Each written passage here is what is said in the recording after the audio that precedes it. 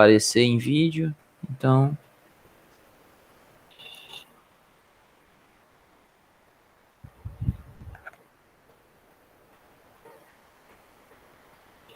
Então, podemos começar. Tudo certo para você, Françoine? Tudo bem, eu posso apresentar o slide aqui? Eu posso colocar para apresentar? Sim, pode compartilhar a tela. Pode.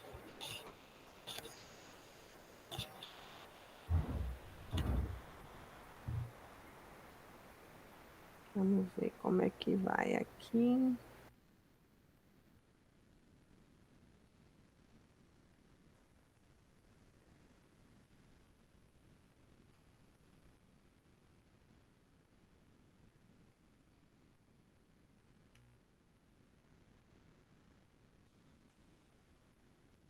Aí, se vocês estiverem vendo aí, vocês me avisem, porque eu perco, né, a visibilidade de vocês. Eu só escuto. Tá passando aí o slide? Sim. Tá? Então eu vou começar, tá? Aí você, quando dá 10 minutos, você avisa, né? O monitor avisa, não é isso? A gente pode avisar. Isso, então tá bom. Bom, gente, primeiro, boa tarde novamente a todo mundo. A gente está começando aí nessa apresentação, né, dos resumos. O meu nome é Françoine Pereira Flechman, eu sou mestranda pela Universidade Federal do Espírito Santo. A minha orientadora é a professora Jurema José de Oliveira. E para essa tarde, então, eu escolhi falar um pouquinho sobre a epistemologia da ancestralidade em Diário de Bitita. Quero deixar claro que faz parte da minha dissertação, é um dos subtópicos aí da minha pesquisa, da dissertação, da área de literatura, né? Eu faço a análise da ancestralidade e do mulherismo africana na obra Diário de Bitita, de Carolina Maria de Jesus. Então, esse recorte que eu fiz hoje aqui para a apresentação faz parte ali da minha pesquisa maior, digamos assim, da minha dissertação e, consequentemente, também faz parte da pesquisa da minha orientadora, que é a professora Jurema. Eu vou fazer rapidamente a leitura do resumo, tá?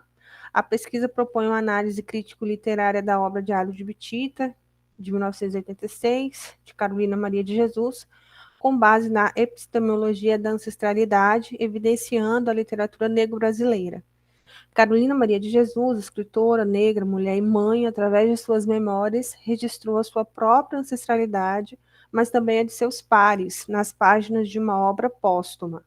O objetivo é analisar os valores ancestrais africanos narrados no livro por Carolina, como forma de resistência e representatividade do negro na literatura negro-brasileira.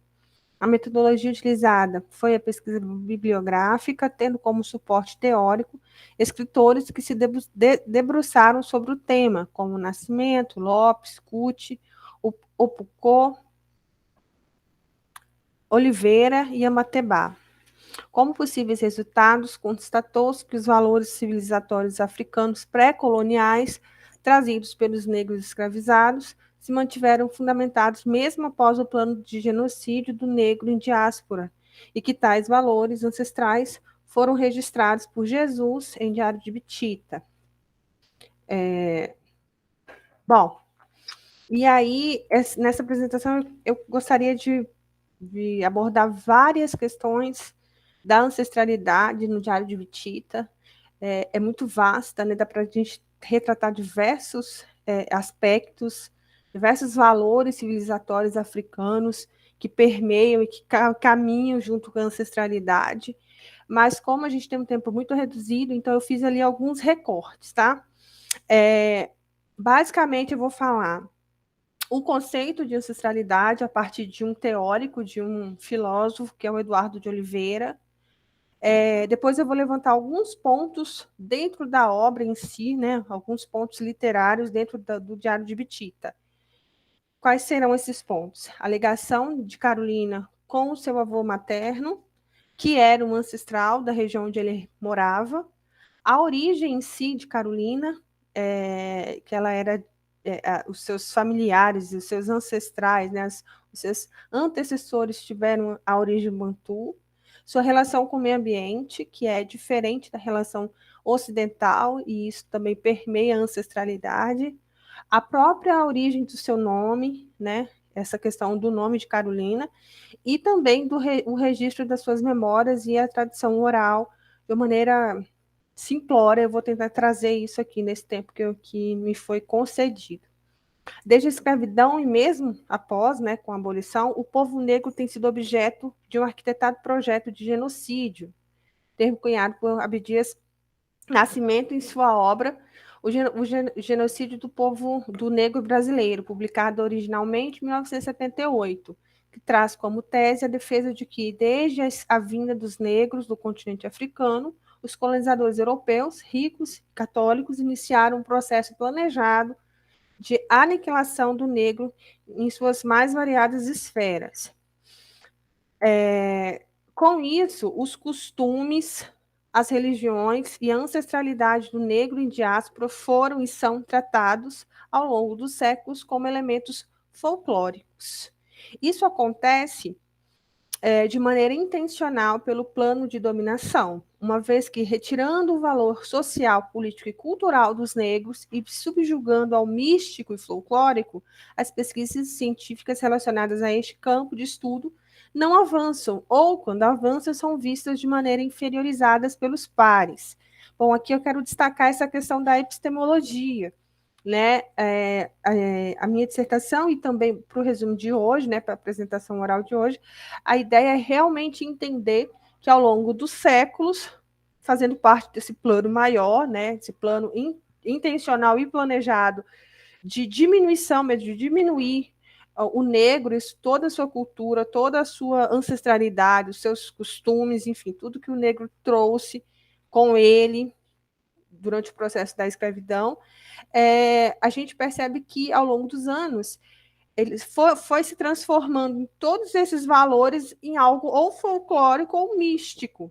E por trás disso existe uma intenção muito clara, que é justamente inferiorizar o negro e a literatura negra brasileira. Então, a ideia é que a gente comece a olhar e a compreender a importância do estudo da ancestralidade, do que tem relatado ali nas literaturas negro-brasileiras, para entender o modo de vida dos negros em diáspora e dos seus sucessores, né, dos negros que aqui nasceram. E aí eu venho falar um pouquinho diretamente, um pouco mais sobre a ancestralidade em si, né? Legitimada pela força da tradição, ancestralidade é um signo que perpassa as manifestações culturais do negro no Brasil. Além disso, é a ancestralidade responsável por manter e engendrar as heranças africanas forjadas na África pré-colonial. E aí essa é uma citação, parte da citação de Oliveira, de Eduardo Oliveira, que é um filósofo, que é com quem eu trabalho bastante na dissertação e quem eu quis trazer também aqui para fundamentar a ancestralidade. Mas aí a gente vem perguntando, né? Mas o que seria, então, o conceito de ancestralidade? Existem vários conceitos, né? E, na verdade, um completa o outro, um complementa o outro. Essa pesquisa, a partir dos estudos de Oliveira, Ambateba, Opoku, define a ancestralidade como uma categoria analítica capaz de interpretar os mais variados aspectos da vida do negro brasileiro. Nutrida pela tradição africana, ela perpassa as manifestações culturais desse povo, configurando-se como uma epistemologia capaz de explicar o modo de organização de vida e a produção do povo negro que vive em diáspora no mundo contemporâneo. Para Oliveira, né, citando Oliveira, a ancestralidade é a fonte de onde emergem os elementos fundamentais da tradição africana. Ela mesma é um princípio capaz de organizar a vida e as instituições dos africanos e de seus descendentes. É a categoria principal da dinâmica civilizatória africana, pois, para além das relações de parentesco consanguínea, a ancestralidade tornou-se um princípio organizador das práticas sociais e rituais dos afrodescendentes no Brasil.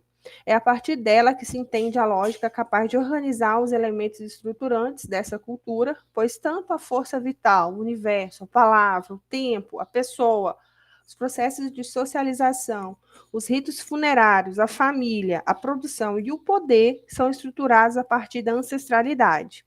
E aí eu também fiz uma análise, né? A ancestralidade é um modo de vida dos negros, o modo como os negros vivem, desde seus costumes, passando pelos valores, pela tradição, pela religião. A ancestralidade é o fator que difere quem vive sob a tutela dos colonizadores europeus e ocidentais e quem manteve os costumes dos seus antepassados de África. Para realizar a pesquisa sobre ancestralidade na obra, enfim, de Tiago de Bitita, né? A gente entra agora um pouco mais na obra em si. Essa pesquisa bebeu da fonte da antropologia, da história e da filosofia, além de utilizar como fundamentação teórico-literária estudos da escritora Jurema de Oliveira, que realiza diversas pesquisas sobre essa temática. Para a pesquisadora... 10 minutos, viu? Tudo bem, vou me atropelar aqui para dar tempo. A força com que a ancestralidade define os destinos dos vivos reforça a ideia da dinâmica cultural em uma África distinta daquela pensada na mentalidade ocidental. Ou seja, enquanto os povos ocidentais priorizam saberes e costumes individualistas, capitalistas e de destruição ao meio ambiente, por exemplo, a dinâmica dos valores africanos vão de encontro a estes, preconizando a natureza, a coletividade e a igualdade social. Eu vou passar, porque não vai dar tempo de fazer a leitura, então eu vou aqui logo para falar um pouco mais da ligação que eu coloco aqui como um primeiro aspecto da obra com a ancestralidade, né, de Diário de Bitita. Carolina teve uma infância marcada pela ligação com seu avô, que era o seu Benedito, e também com a sua mãe, que é a Dona Cota. Ela narra isso no Diário de Bitita, né? Ela narra toda essa influência que ela teve, principalmente do avô e da mãe.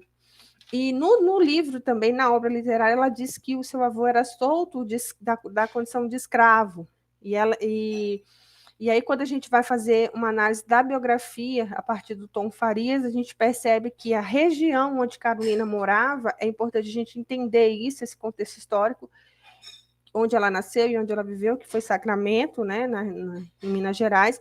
Ele tem ali a sua origem a partir de quilombos. Então, foi uma região que foi construída a partir dos quilombos, de negros que fugiam, né, iam para lá para formar os quilombos. Então, ali já começa, a partir dessa ideia, desse fato, essa ligação de Carolina com seus ancestrais. Um outro ponto que é importante a gente falar é a origem de Carolina, né? Isso está essa citação está na biografia de Tom Farias, e eu grifei, ó. O avô era da leva ordinária da província de Cabinda, em Angola. A população de Cabinda pertence, na sua quase totalidade, aos povos bantus, a um grupo antigamente chamado de Fiote, cuja língua, a Cabinda, localmente conhecida como Ibinda, é considerada um dialeto quigombo. Então, quando a gente busca localizar a ancestralidade de Carolina e da sua família, a gente percebe que ela faz parte ali originalmente dos povos bantus. E aí Lopes ele vai destacar que os povos bantus eles vieram em grande quantidade para o Brasil, mas eles foram massacrados. E suas reuniões geralmente eram secretas e se pareciam bastante com os da Umbanda de hoje. Tanto o seu Benedito como Carolina tiveram uma relação muito forte com a natureza, o que também nos leva aos povos bantus, né? Lopes ele vai falar isso, os povos bantus eles têm os elementos da natureza como seus valores religiosos. Então, essa proximidade, essa forma de tratamento com o meio ambiente, com o uso da terra e com a natureza, que a gente vê tanto no seu Benedito, que é o avô, como na própria Carolina, posteriormente nas suas obras, a gente percebe que tem essa ligação ancestral. Vou pular, porque não vai dar tempo. Um outro ponto também que é interessante a gente destacar, que vale um pouco mais de observação, é sobre o nome de Carolina. A gente percebe que para as comunidades, para as sociedades africanas, o nome ele tem um significado diferente do que a gente está acostumado aqui no Ocidente. Então, quando a gente analisa um nome, quando você conhece o nome de uma pessoa, você conhece parte da sua vida, sua origem, sua divindade protetora. E aí a gente chega nessa questão da geração de nomes. Por exemplo, o avô e a avó de Carolina, a avó dela chamava Maria Carolina. E aí eles tiveram 8 filhos, 4 homens e 4 mulheres. Uma dessas mulheres também era Maria Carolina, que era a mãe de Carolina Maria de Jesus, que posteriormente teve 2 filhos, que a sua filha foi também Carolina Maria de Jesus. Então, essa repetição dos nomes, ele se faz presente de geração em geração na família, na família em si, né, de Carolina. Agora, também é importante a gente destacar que a gente percebe esse atravessamento ocidental. A gente sabe, por exemplo, que o Maria, ele é um nome tipicamente ocidental, ele tem uma ligação muito grande com a Igreja Católica, né? E aqui a gente percebe que existe ali um atravessamento, né? Existe um atravessamento ocidental. Mas, mesmo assim, essa repetição de nome, ela tem muito a ver com essa ancestralidade africana. Vou pular, porque não vai dar tempo, então só vou no final aqui.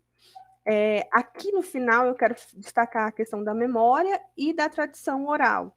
Carolina, ela diz que eu tinha excesso de imaginação, mas não chegava a nenhuma conclusão nos fatos que me presenciava. Estava com 6 anos. O único lugar seguro para guardar os fatos era dentro da minha cabeça. Minha cabeça era um cofre. Então, ela, no Diário de Bitita, ela vai falando, ela vai recordando, ela vai trazendo suas memórias, né? E é importante que nessa passagem ela descreve suas memórias, e a ligação entre o ser humano e a palavra está diretamente relacionada ao seu testemunho. E o próprio Abatebá, ele diz que antes de escrever um relato, o homem recorda os fatos, tal como lhe foram narrados, ou no caso de experiência própria, como ele mesmo os narra. Então, dessa forma, a memória é a base para todo tipo de conhecimento a partir das concepções das sociedades africanas. E a memória ela vai caminhar com a tradição oral, que também a gente vê muito no Diário de Bitita, entre Carolina e o seu avô, novamente. Seu avô ele vai ensinar, ele vai transmitir a sabedoria para Carolina, que muitas vezes para escutar o que seu avô tem ali para dizer, através da oralidade. Então, diferentemente do Ocidente, que preconiza as relações de escrita, as sociedades africanas elas têm uma forte ligação com a oralidade. E a gente vai entender e vai perceber isso no Diário de Bitita, como um dos aspectos ancestrais ali presentes na obra. Bom, e aqui são as referências. Eu gostaria de ter mais tempo para explicar, mas se alguém tiver interesse também, depois, só me falar que a gente pode ir conversando, tá? Muito obrigada, gente, por tudo aí, pela oportunidade. E até mais. Obrigado você pela apresentação. Nós que agradecemos, porque nós mais aprendemos, né, nessas oportunidades e compartilhamos, né, o que a gente sabe, né? Vemos outras perspectivas também. E, pessoal, sobre a questão dos comentários, das apresentações, nós vamos comentar o final de tudo, né? São poucos trabalhos, então vamos apresentar e, posteriormente, partir para os comentários. Pode ser assim? Certo, por gentileza, eu gostaria de tirar só uma dúvida. Porque no simpósio 15 tinha a coordenação, os nomes escritos da professora Risoleta e Ana Caruza. Então, eu fiquei na dúvida se eu realmente estou no lugar correto. Está. É porque a Risoleta e a professora Ana Caruza, elas tiveram um probleminha com questão de tempo, assim, os horários estavam batendo, e elas pediram, né, que eu fizesse essa substituição. E eu aceitei participar desse desafio, né, mais para ouvir do que para falar, né, porque não é algo tão próximo da minha área de estudos, mas eu espero contribuir de alguma forma. Eu acho que vai ser um momento muito importante para todo mundo. E eu também espero que vocês, né, compartilhem conosco, né, nos comentários, né, o que vocês têm a contribuir aqui para enriquecer o nosso simpósio.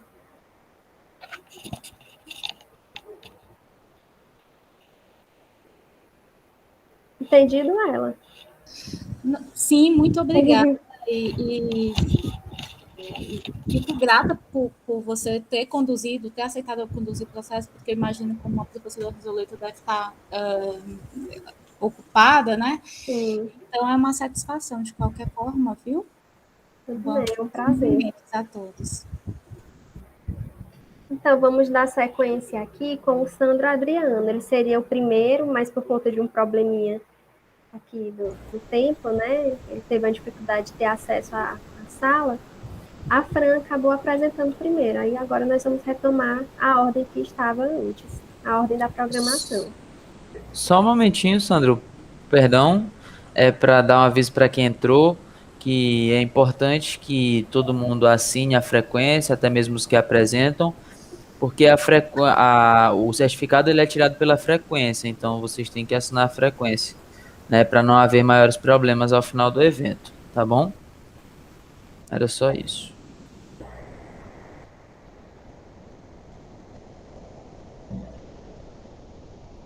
Pode começar, professor, se quiser.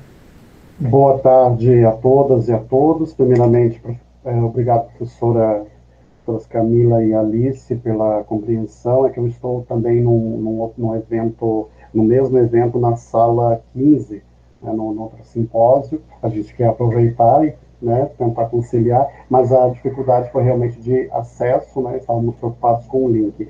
Eu vou pedir permissão para fechar a câmera, para facilitar também a conexão, e vou projetar aqui um slide.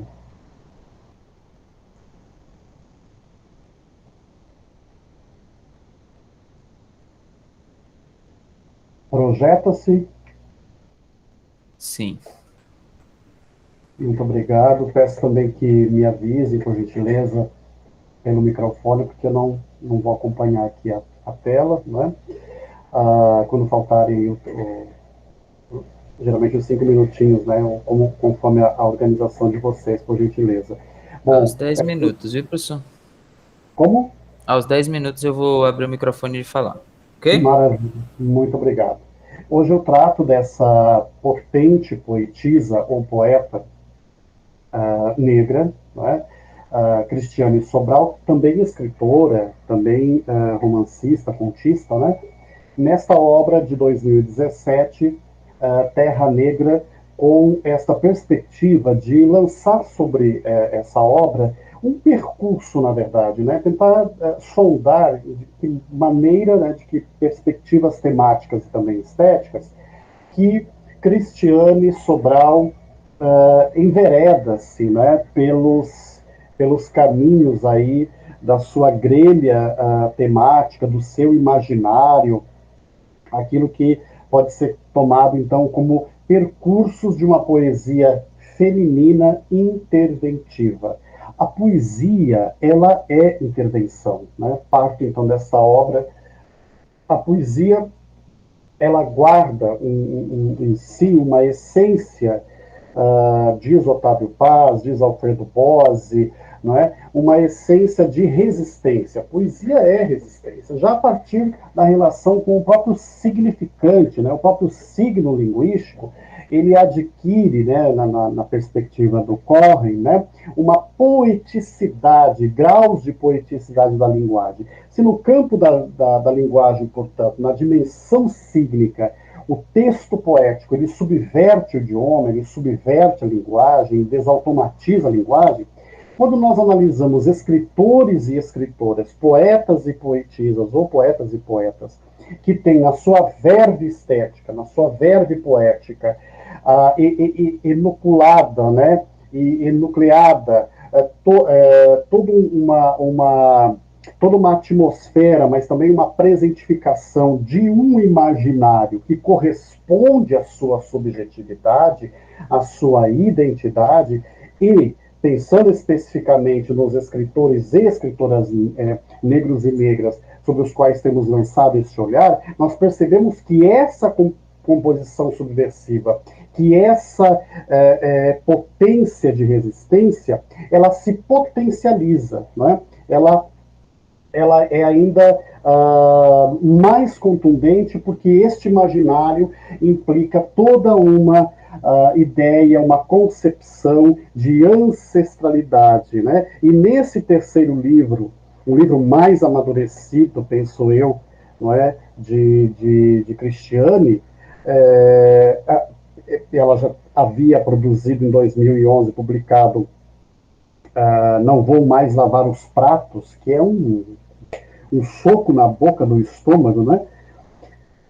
Que é o livro de estreia dela. 4 anos depois, ela vai publicar Só por Hoje Vou Deixar o Meu Cabelo em Paz. Né? Todos esses elementos sígnicos, semióticos, que traduzem essa experiência subjetiva. Né? E eu penso que toda essa criação poética de Cristina, de Cristiane, perdão, que se dá concomitantemente à sua produção em prosa, como eu disse, ela estabelece relações, reverberações, eu diria, temáticas e posicionamentos interventivos, e que são muito caros à experiência autoral negra, e em especial a experiência da autoria negra feminina. Então, havendo aqui uma leitura de sondagem, um sobrevoo dessa dimensão poético social, sem a pretensão, e até porque sem tempo de fazer uma análise pormenorizada, análise literária, né? Mas que minimamente nos permita vislumbrar alguns desses percursos, esse modo poético de Cristiane, e que, como eu disse, agencia a construção identitária de um eu lírico feminino e negro. Né? Então, nos poemas que passaremos a ler agora, eu penso que o eu lírico, esse eu lírico feminino negro, ele enuncia de forma reiterada um tom de resistência, uma experiência de corporidade sensorial, uma verve erótica verbal, todo o imaginário em torno diria, da hierofania do sagrado, né, desse sagrado negro que dialoga com o sagrado negro feminino, a experiência de uma reivindicação pela ancestralidade, né, de modo a construir uma poesia de negritude viva, de uma memória transitiva que vai promovendo o seu lugar de fala e requerendo também um lugar de escuta. Então, leiamos o primeiro poema dessa série, Mãe. Recordo mamãe no alto da escada, ajeitando as telhas em cima da casa mal pintada onde vivíamos. Mãezinha, no bairro resolvendo demandas, conciliando casais daquelas bandas, mãe era feminista sim. Mamãe gritava na mesa do almoço, colocando ordem na casa, com a mesma força enfiava água no feijão, para ninguém ficar sem comer. Mãe era feminista sim. Cuidava dos próprios filhos, dos filhos dos vizinhos. Mãe cuidava das noras, praticava sororidade. No enterro de mãe estava o bairro inteiro, mas eu não vi, não fui. Era lugar impróprio para a criança. Tenho certeza de que mamãe era feminista. Eu também sou. Mãe fez falta, mãe faz falta, mãe é o tudo. Aqui nós temos uma poesia de recorte elegíaco, ancestralidade marcada na imagem.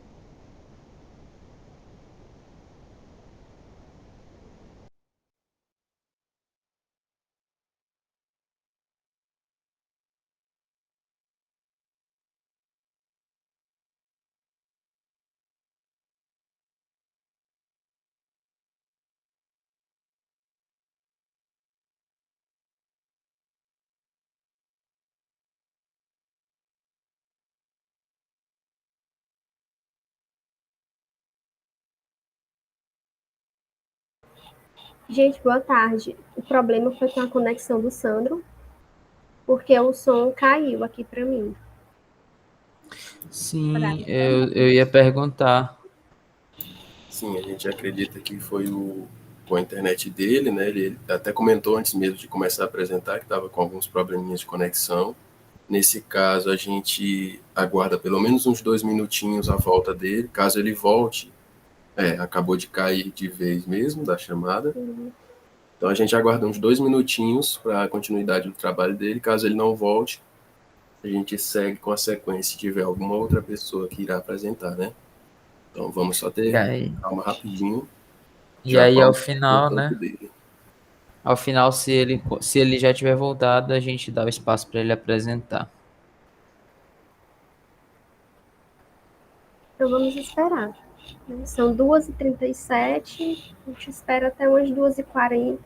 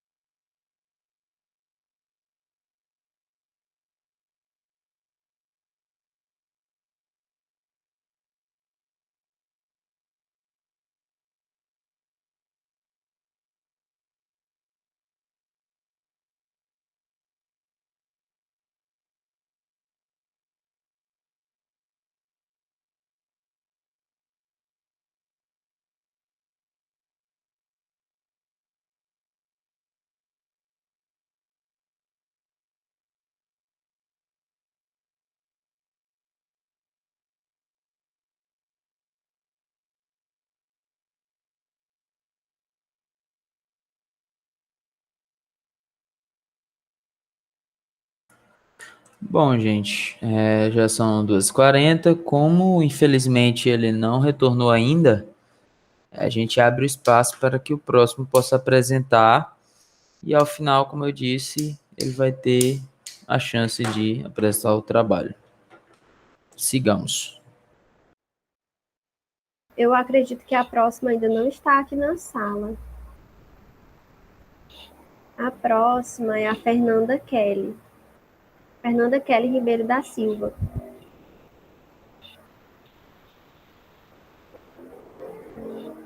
Então, não estando aqui, seguindo a ordem seria ela bispo.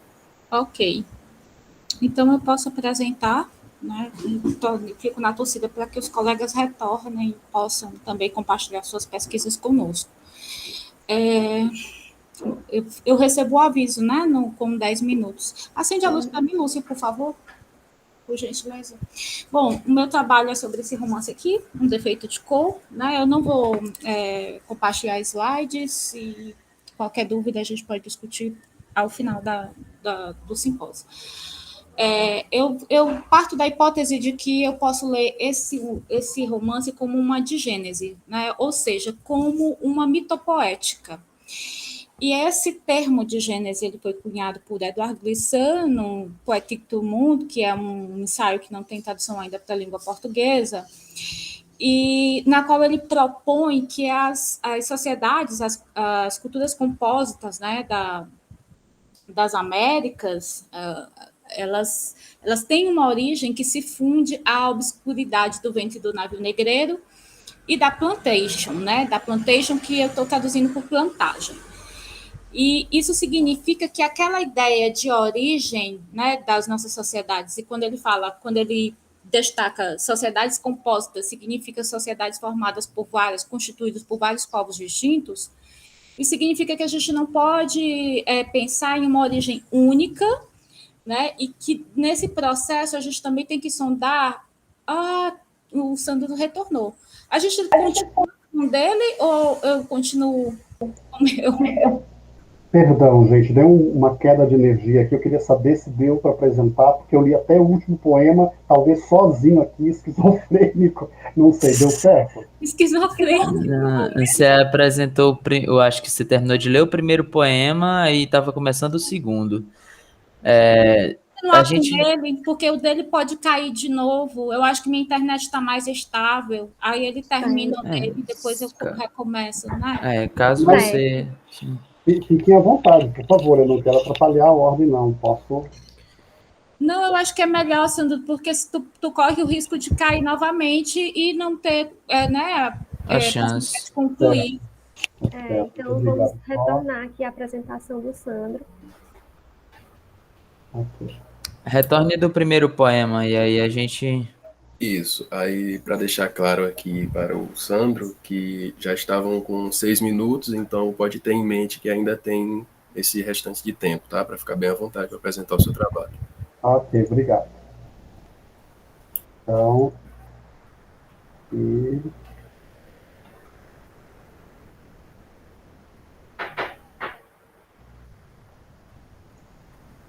projeta?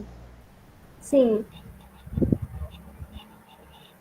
Eu li uma, então. Sim. Esse não? Não, esse não. Meu Deus, estou derretendo aqui. Vamos lá, então. Nesse segundo poema, Canto para a Mãe África, há uma revisitação do imaginário, tá, dessa ancestralidade mítica, mas também histórica, que se funde a essa ideia de uma maternidade negra, mas no sentido mais amplo dessa concepção. Canto para a Mãe África, Mãe Grande, ouve minha voz decolonial. África dos doutores de Tumbutu, África do Império Axante, África das Amazonas Daomé, África cuja música não é feita somente de tambores, África de sofisticados instrumentos como o calã e o corá, África berço da humanidade, mãe detentora das nossas raízes, eu te saúdo. Deus é Preta é um poema que reivindica essa maternidade do sagrado, também uma contraposição com o discurso colonial. Deus é uma mulher preta, sua teta sempre matou a fome do mundo.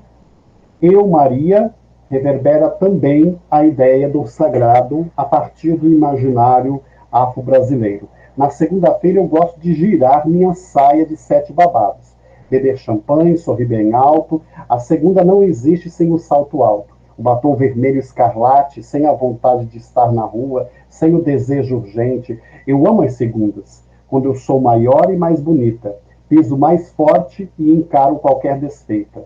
É nesse dia que durmo com as madrugadas. Nas segundas eu me lambuzo, me toco, gozo encantada, grito alto, feliz. Eu sou um exagero de mim. Então aqui remete, portanto, à imagem da bombogira, né, ou pombagira na cultura brasileira. Eu falo. Aqui a experiência da linguagem erótica, aquilo que Otávio Paz chama de erótica verbal, opera a partir de um jogo de ambiguidades com o próprio significante. Eu falo, gosto do falo entumecido de um corpo negro com um conteúdo que sussurra ao invés de gritar, da fala certeira do falo em chamas. Gosto do falo a invadir o negrume do espaço entre as minhas pernas, do falo decorado pelos neurônios, falo sem falácias.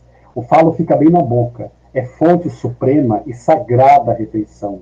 Gosto do falo do mundo de tesão, do falo mudo de tesão, a me deixar sem fala. Luxúria. Novamente, o corpo, a experiência da corporidade, né, assume um protagonismo importante. Portas pretas solitárias, lambe a rotina, lânguidas femininas, com entradas úmidas, portas pretas, ainda trancadas, convidativas, como orquídeas deitadas. Línguas negras tesas pincelaram as portas pretas, penetraram falanges de dedos, escrutinaram o prazer. As portas pretas foram visitadas agora, grutas molhadas escorrendo o mel da vida.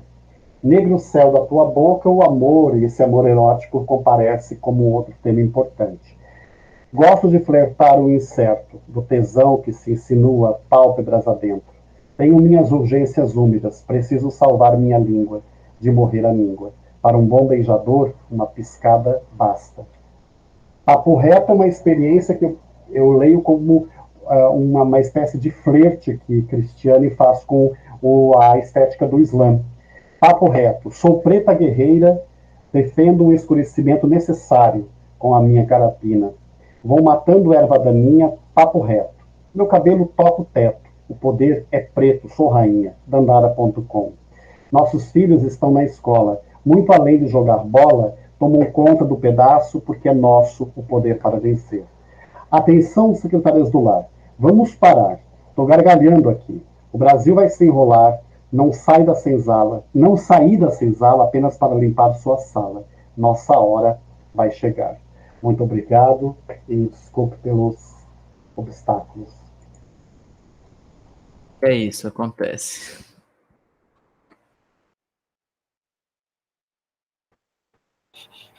Então, meus parabéns pela apresentação.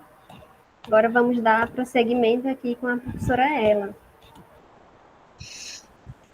Desculpa, até quando eu comecei a apresentar eu estava meio atrapalhada, mas vamos lá, eu sou Ela Bispo, falo aqui de Teresina, Piauí, sou doutoranda no programa de pós-graduação em Letras da Universidade Federal, sob orientação do professor Alcione Corrêa Alves, faço parte do projeto de pesquisa de extensão Teseu Labirinto e Seu Nome, e eu trabalho com a obra Um Defeito de Cor, né? Então, o trabalho que eu vou apresentar hoje, eu retomo a minha dissertação, mas é uma pesquisa que eu estou dando continuidade nesse momento. O título do trabalho é Um Defeito de Cor, a plantagem como de Gênese, né? Então, eu vou falar um pouquinho com vocês sobre qual é a noção de digênese que eu estou trabalhando, que eu estou operando, a noção de plantagem e fazer um recorte bem rápido dessa passagem, né, da obra sobre esse universo, sobre esse lugar. Então, digênese é uma proposta de Eduardo Louissan na obra Poétique do Mundo, que ainda não temos tradução, né, mas ele fala da origem das sociedades compósitas nas Américas, essas sociedades que foram formadas por vários povos e que, portanto, a gente não pode pensar em uma origem única, né, uma ideia única sobre como nos formamos como coletividade. E, diante disso, ele nos provoca a pensarmos em dois lugares, né, que foram obliterados nesse processo de narrativização da nação, seja pela literatura, pelos discursos oficiais da história, que são o antes do navio negreiro, né, o porão do navio, e o antes da plantagem. Essa ideia, né, o prefixo de é uma gênese bifendida, né, que não pode ser a única. Então, eu levanto a hipótese de ler essa obra como uma digênese, porque ela trata desse, na sua diegese, a gente vai perceber tanto a plantagem quanto o porão do navio negreiro, né, ela atravessa esses espaços, a protagonista, a narradora do romance, e essa leitura de ler como de Gênese significa nos identificar como povo a partir dessa leitura, identificar a nossa história, identificar as nossas imagens, identificar essas violências como processos fundacionais também nos permite refletir sobre a recorrência delas até a nossa atualidade, porque perceber as nossas origens é perceber aquilo que nos estrutura, né, como sociedade, como povo. Então, a plantation, ou a plantagem, como eu traduzi, né, como eu prefiro chamar, a plantagem como de Gênese, o que isso significa, né? Então, eu fui no Octavio Yanni para pensar esse lugar por uma perspectiva da história, né, e aí ele ele fala do sistema escravista, né? Ele destaca a mão de obra escrava. A gente sabe que esse processo de escravidão, a dizimação dos povos autóctones, dos povos originários e o sequestro do povo africano foram os processos de acumulação primitiva do capital. Então, isso, sem dúvida, é o que abre as possibilidades para o nosso mundo de hoje, para o sistema capitalista, para toda a organização que a gente tem, que é global, inclusive, não é nem sequer só a gênese das Américas, né? E aí ele destaca a questão do trabalho compulsório, né, da exploração, o trabalho escravo como a base de produção e da organização social das plantations e dos engenhos. Em seguida, eu vou para Patricia Hill Collins, que é uma teórica estadunidense que tem sido muito discutida ultimamente no nosso campo, né? E aí ela nos convida a pensar a plantagem como metáfora possível para a opressão institucional na atualidade. O convite que ela nos faz, a provocação que ela nos faz, é que a gente olhe para as nossas instituições e perceba dentro desses lugares uma organização que guarda muitas semelhanças com a plantagem do século XIX, enfim, né, do período da escravidão. E aí, por exemplo, o exercício, né, se a gente olha para o senhor abastardo, branco, como patriarca regente, né, como, digamos, um reitor da universidade. A sua esposa branca como uma boa companheira que está ali para servi-lo, para ajudar, para cuidar da propriedade, dos herdeiros, né, para ali administrar os serviçais, né, e que tudo que estava relacionado às necessidades dele e da economia política capitalista. E aí, onde é que estão os homens e as mulheres não brancos, né? Que serviços eles ocupam, que lugares eles ocupam, né? E quando a gente fala assim, a gente sabe o nome do professor, a gente sabe o nome do pró-reitor, a gente sabe o nome do diretor, e quando chega aos trabalhos, né, que consideramos inferiores, a gente chama a tia do cafezinho, o tio da porta, né? Não há sequer uma identificação pelo nome, né? O nome é obliterado desse processo. Então, a gente percebe que, a partir dessa provocação dela, o quanto a gente tem uma estrutura social, nossa sociabilidade, nossa maneira de nos relacionar e de nos deslocar no mundo ainda guarda certas semelhanças com a estrutura da plantagem. Também temos também faço um diálogo com a Grada Quilomba, que, em Memórias da Plantação, porque ela nos convida a olhar também a dinâmica da plantagem como aquilo que fundamenta os episódios cotidianos de racismo. Então, para a gente fazer essa relação também, né? E aí eu opero dentro esse diálogo, eu opero dentro de uma perspectiva decolonial, porque assim a gente percebe, né? O intuito é discutir, refletir sobre como os papéis socialmente condicionados, né, e a estipulação dos lugares de sujeitas e sujeitos de distintos grupos devem ocupar, seguem os princípios, né, que estão ali no poder colonial, né, que a gente localiza ali. Então, a ideia de poder colonial de Aníbal Quijano. Né? Então, passando para a Grada Quilomba, a gente reflete sobre como a plantagem é uma lembrança de uma história coletiva de raça, opressão, insulto, humilhação, dor, que anima o que ela chama de racismo cotidiano, né, que essas relações que estão estabelecidas, né, ela tem sido, na plantagem, tem sido um tema negligenciado nos estudos acadêmicos, mas de uns tempos para cá a gente tem visto um pouquinho desse campo sendo mais movimentado, né? A gente tem traduzido teóricos estadunidenses, a gente tem dialogado mais com o campo decolonial aqui das Américas, mesmo da América Latina, né? Do Caribe, a gente tem lido mais as nossas autoras negras, a apresentação que foram feitas anteriormente são exemplos desse empenho, dessa mudança positiva no nosso campo. Né? E aí, pensando, e aí eu também trago Glissant, né, que fala, que conversa comigo sobre digênese. Ele tem o primeiro ensaio dele, que foi traduzido para português brasileiro, na década de 80, ainda pela diva Bárbara D'Amato, intitulado Espaço Fechado, Palavra Aberta. E esse espaço fechado era uma referência à plantagem, esse sistema, né, que tem sido discutido. O interessante desse título é que ele nos mostra o quanto havia uma estrutura que é socialmente fechada e hierarquizada, mas que a palavra como uma ferramenta que pode furar essa clausura, né, que pode reorganizar, redimensionar esse espaço. Então, ele sugere que a plantagem é um dos lugares focais onde se elaboram alguns dos modos atuais da relação entre culturas, mas que nesse universo de dominação e opressão, de desumanização surda, várias humanidades vêm resistindo vigorosamente. Neste espaço obsoleto, à margem de toda dinâmica, esboçam-se os vetores da nossa modernidade.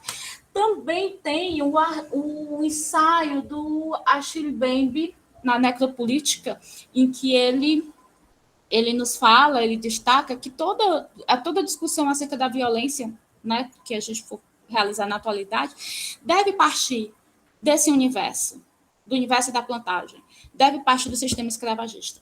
E isso essa afirmação dele, essa tese que ele levanta, é muito interessante porque vai mexer com Derrida, vai mexer com Foucault, vai mexer com várias das nossas referências que são citadas, lidas e discutidas no nosso campo, que fazem essa discussão omitindo, né, a plantagem, omitindo esse lugar que é crucial.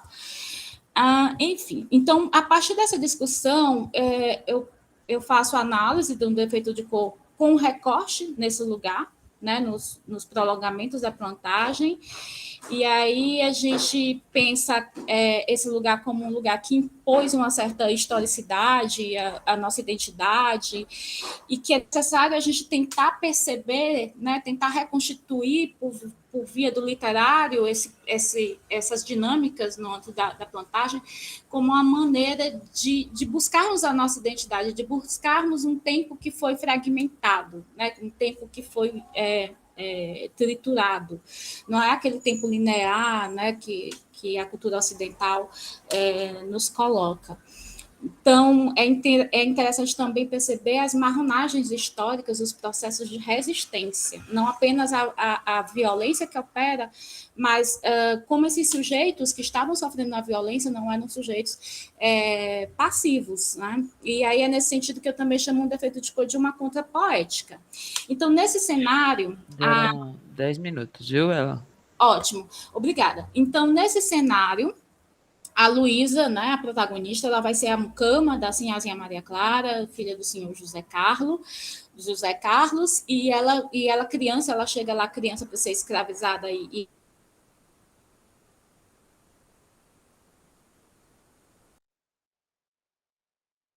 a ficar maiorzinha, o senhor já quer se apropriar do corpo dela, né? Então era como um rito, as meninas que cresciam, elas passavam pela cama dele.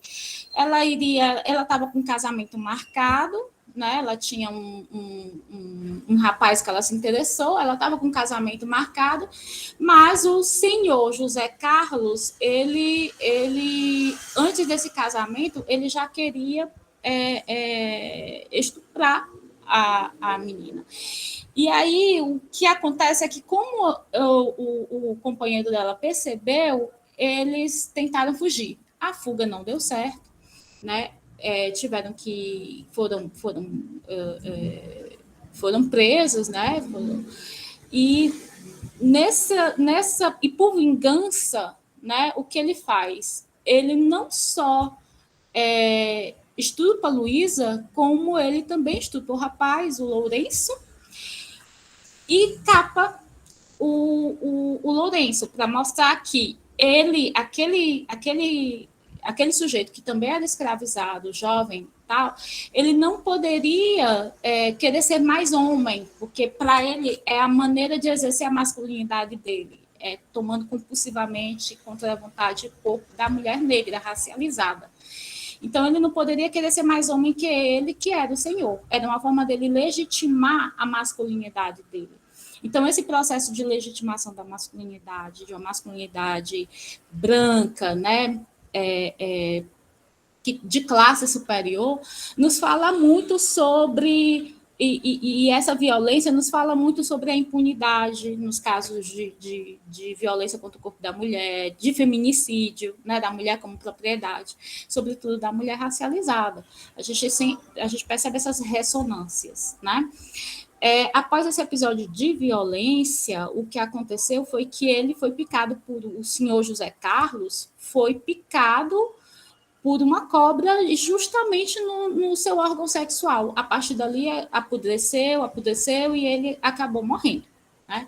Então, esse é um episódio misterioso, né? Mas que o livro nos permite pensar que houve ali um planejamento por parte dos escravizados para que o senhor José Carlos fosse picado pela cobra.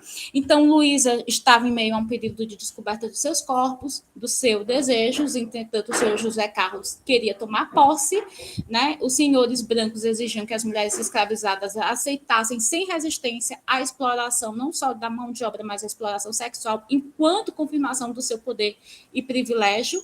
Então, nas vésperas do casamento, houve essa violência, né? E aí, quando...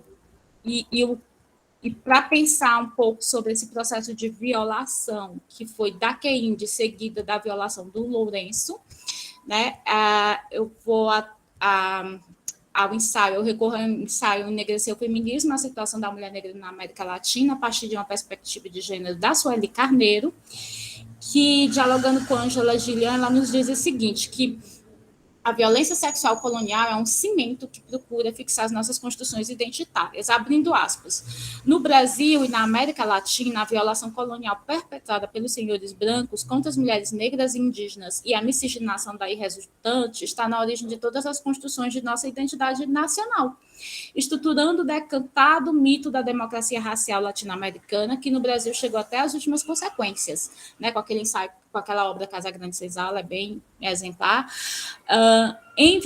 Essa violência sexual colonial é também o cimento de todas as hierarquias de gênero e raça presentes em nossas sociedades, configurando aquilo que Ângela Gillian define como a grande teoria do esperma em nossa formação nacional, através do qual, segundo a Gillian, o papel da mulher negra é negado na formação da cultura nacional, a desigualdade entre homens e mulheres é erotizada e a violência sexual contra as mulheres negras foi convertida em um romance, né? Então, se a gente quer um exemplo de como isso foi ficcionalizado, né, como isso foi narrativizado, eu posso citar Iracema, a indígena, né? Então, Iracema, ela deixa a sua tribo, ela deixa o seu povo, ela vai ao encontro, ela segue um homem branco, né? E ainda acaba morrendo na narrativa para que o filho dela fosse educado pela cultura do homem branco, do europeu.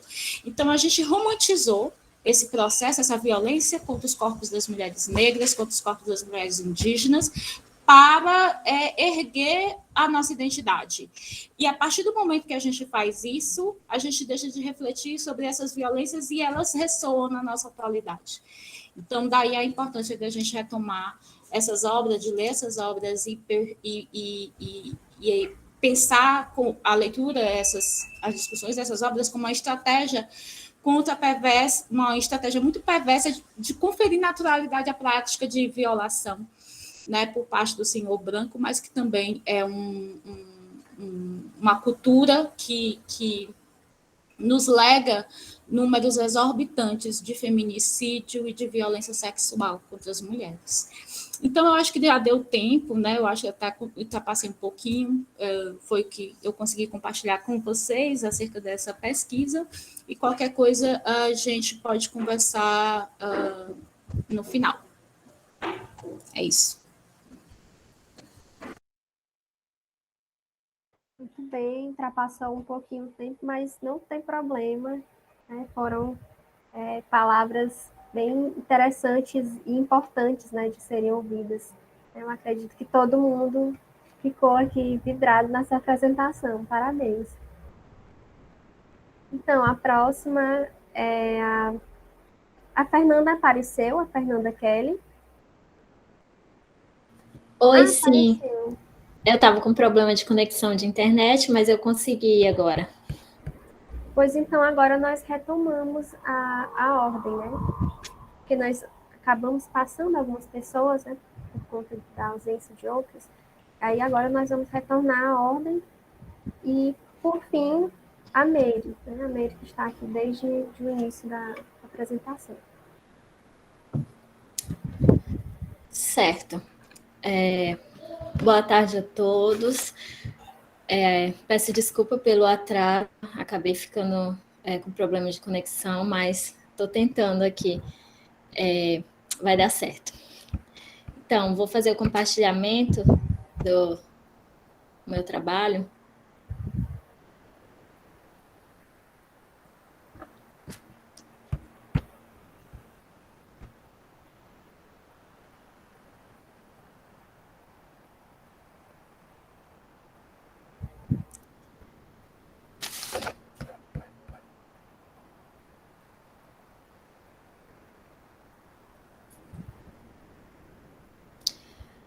O meu trabalho ele está intitulado como...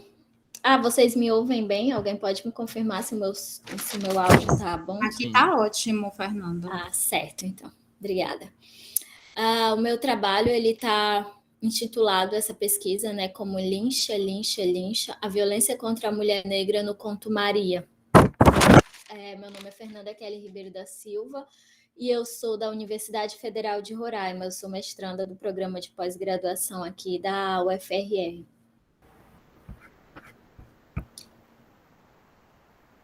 Aqui eu trouxe um pouco sobre a Evaristo, né, que acho que não é novidade para ninguém, mas a Evaristo, ela tem, assim, ganhado, né, os seus livros, as suas obras têm ganhado um grande destaque ultimamente nas academias. Os seus livros têm sido traduzidos para outros idiomas e também têm sido estudados em outros países, o que tem sido, felizmente, assim, uma dádiva, né? Porque a Evaristo tem aí a sua escrita brilhante. E aí o livro que eu trago, o conto, na verdade, do livro que eu trago é Olhos d'Água, do livro dela, o conto Maria, do livro Olhos d'Água, de 2016. E aí, pensando nisso, eu venho pensando nessa questão, né, de que o papel da mulher, como eu trabalho as questões de gênero, a violência contra a mulher e questões sobre o feminismo na minha dissertação, ao cursar uma disciplina e poder estudar mais profundamente Conceição Evaristo, eu pude observar, né, que a mulher ela sempre teve um papel passivo, sempre foi atribuído um papel passivo, seja nas relações familiares, afetivas, sociais. O lugar da mulher, muitas vezes, quase sempre, esteve aí diante de uma subordinação, né? A mulher sempre teve aí em segundo plano, digamos assim. Então, diante dessas problemáticas vivenciadas no universo feminino, a minha pesquisa ela teve como objetivo compreender como a temática da violência contra a mulher é abordada no conto Maria. E no que se relaciona à abordagem, essa pesquisa é uma pesquisa de cunho bibliográfico, e aí nós trouxemos, né, alguns autores aí para que debatem conceitos de lugar de fala, feminismo negro, literatura de autoria feminina, violência contra a mulher. Ribeiro, 2019, a Spivak, 2010, o Bourdieu, 2002, a Davis, 2016 e outros. Esses praticamente os que eu utilizei para o meu slide, mas a pesquisa tem bem mais outros personagens. E aí, o conto Maria, ele ele relata, né, a história da personagem que traz nome, né, que é a Maria, e a personagem Maria, nós podemos observar a questão da desigualdade social, né? É uma questão assim bem forte no conto, essa questão da exploração. A Maria ela é uma personagem que ela precisa se submeter ao trabalho árduo para que ela consiga sustentar a si mesma e aos seus 3 filhos. Inclusive, ela é uma mulher, né, que não tem um companheiro ao lado, ou seja, ela é uma mulher que cria os filhos sozinha. E o conto ele fala que ele relata praticamente a saída, o momento que a Maria está no trabalho, e aí a Maria ela está lá fazendo as atividades, as tarefas domésticas na casa da sua patroa, e aí ela sai do trabalho e ela pega um ônibus, né? E aí esse trecho da página 39 é o momento que ela está no ônibus, né? Na verdade, ela está esperando. Fala o seguinte: Maria estava parada mais de meia hora no ponto do ônibus. Estava cansada de esperar. Se a distância fosse menor, teria ido a pé. Era preciso ir se acostumando com a caminhada. O preço da passagem estava aumentando tanto. Além do cansaço, a sacola estava pesada. No dia anterior, no domingo, havia sido festa na casa da patroa. Ela levava para casa os restos, o osso do pernil e as frutas que tinham enfeitado a mesa. Ganhara as frutas e uma gorjeta. O osso a patroa ia jogar fora. Então, aqui nós percebemos já essa questão da desigualdade social muito presente na vida da Maria. E aí, o que nós observamos mais, né? A espiva que ela aponta, se no contexto da produção colonial o sujeito subalterno não tem história e não pode falar, o sujeito subalterno feminino está ainda mais profundamente na obscuridade. E a Maria faz parte de um desses sujeitos subalternos, né? Que ela se encontra fazendo parte das minorias. A Davis, ela pontua que tanto o pensar como o agir da mulher negra e escravizada estavam condicionados à subordinação. Ou seja, a cultura de viés europeu etilista colocou a mulher negra na condição de vítima. E mais, essa condição de subordinação fez da mulher negra mero objeto explorado na mão na mão como escravo, né? Objeto de escravo. Então, nós observamos que se a condição da mulher como um todo já é difícil, da mulher negra ela é bem mais difícil ainda.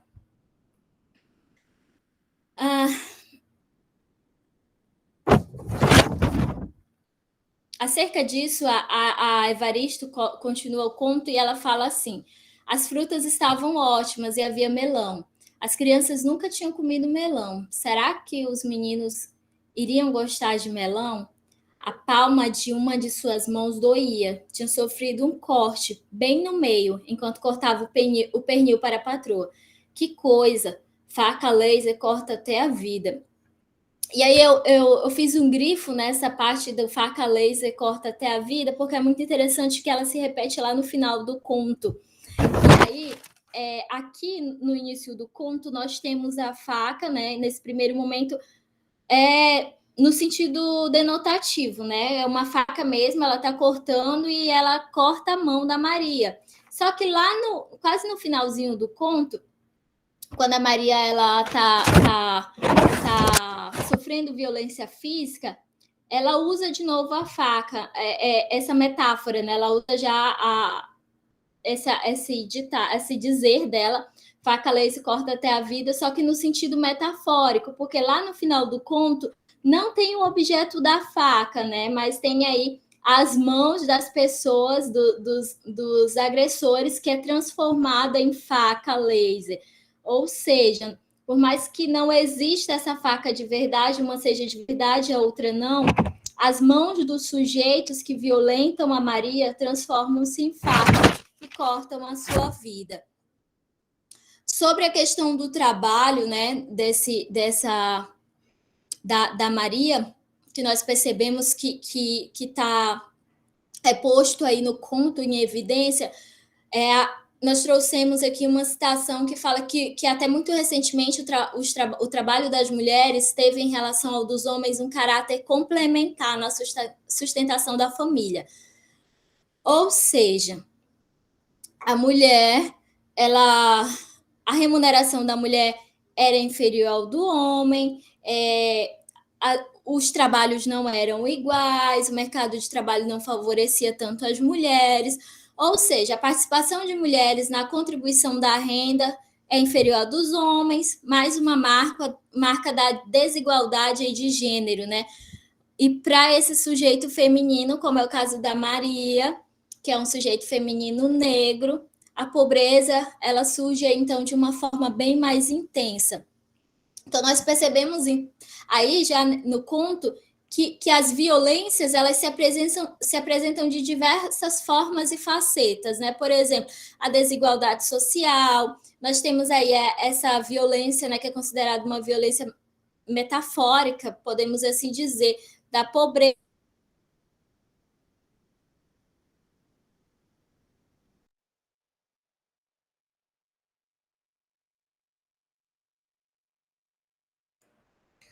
Caiu para mais alguém? Caiu. Travou aqui também. Sim. Então vamos aguardar, né? Vamos aguardar uns 3 minutinhos aí.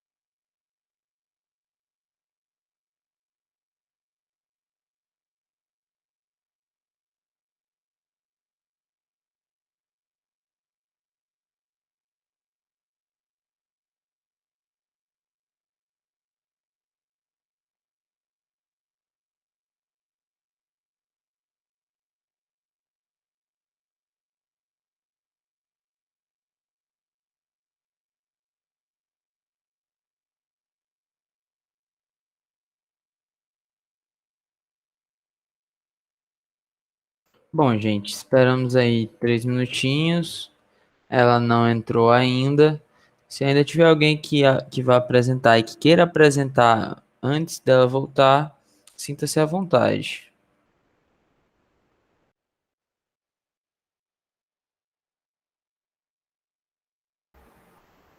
Você não acharia melhor aguardar mais um pouquinho? Porque vai que outra pessoa começa e ela reaparece.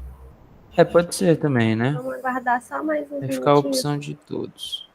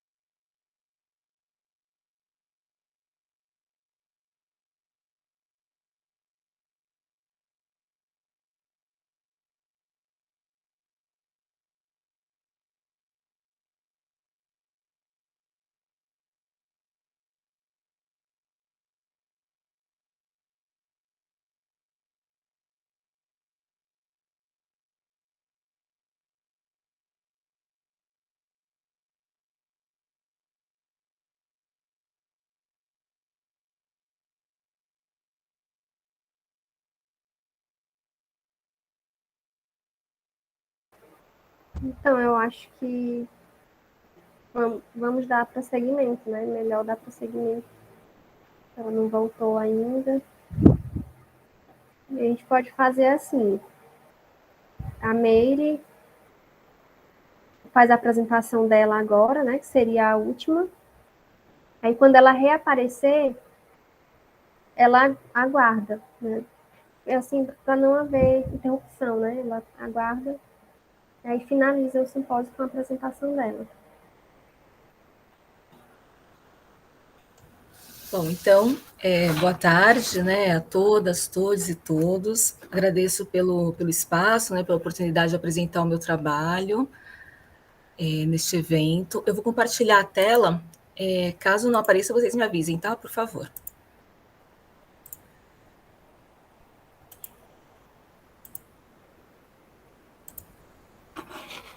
Bom, este trabalho é intitulado Lirismo, Voz, Corpo e Resistência na Poética de Conceição Evaristo. O meu nome é Meire Oliveira Silva, eu sou professora, né, temporária aqui na UFMA, e essas análises estão centradas na primeira obra da autora, né? É interessante, né, porque a colega anterior estava falando, né, de Conceição Evaristo, né, de uma outra obra dela, né, que está de um outro conto no Olhos d'Água, e eu vou falar dessa obra aqui, que está nos Poemas de Recordações e Outros Movimentos, que é de 2008, a primeira edição. Bom, este livro, né, o Poemas de Decoração e Outros Movimentos, ele reúne textos voltados às ancestralidades que buscam subjetividade de mulheres negras em contínua defesa de origens identitárias e movimentos permanentes de resistência contra opressões incessantes, né, sejam étnicas, de gênero, classe social, né, pensando mesmo nessa sobreposição de opressões, né, e aí eu estou retomando a Carla Cotirene, né. Os censuramentos históricos oscilam entre a tentativa de ecoar vozes memoriais de denúncias ancoradas e levantes diante de uma trajetória plena de fissuras históricas e em violações e violências, né, cíclicas, especialmente dirigidas às mulheres. Né, e percebi, né, aqui pelo simpósio, que acaba dialogando com todas as outras pesquisas. Né? Bom, a busca pela reconstrução, e aí eu estou falando de memória, né, por conseguinte, dessas narrativas familiares nesses poemas, pode estabelecer dialogismos e possibilidades de compreensão das forças limitadoras que insistem em silenciar e negar o protagonismo de mulheres, dessas mulheres, né, que também são mães, e são sólidas, né, e assim como a terra também são exploradas, né, nessa questão, eu estou me valendo, né, nas ideias do Frantz Fanon, né, para pensar nesse jugo colonial e escravocrata, né, formador da nossa sociedade brasileira. A oralidade, as memórias, né, elas também alargam-se, né, nessa obra, buscando resgatar uma força coletiva que afronta a passagem violenta do tempo em inúmeras marcas. Da mesma forma, a passagem das culturas, memórias e experiências entre gerações de mulheres afirma essas referências às filhas e às mães desses sujeitos líricos, enredados em alteridades que podem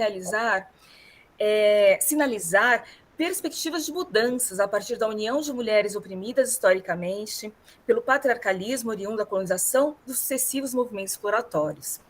Nesse momento aqui, né, eu retomo a Spivak para falar dessa condição da mulher afro-brasileira, né, por mais que não fosse esse contexto, né, que a teórica se referia, mas pela questão da subalternidade, a gente consegue reconhecer, né, esses movimentos limitadores, né, das existências dessas subjetividades femininas aqui no Brasil também, principalmente a subjetividade da mulher negra, né.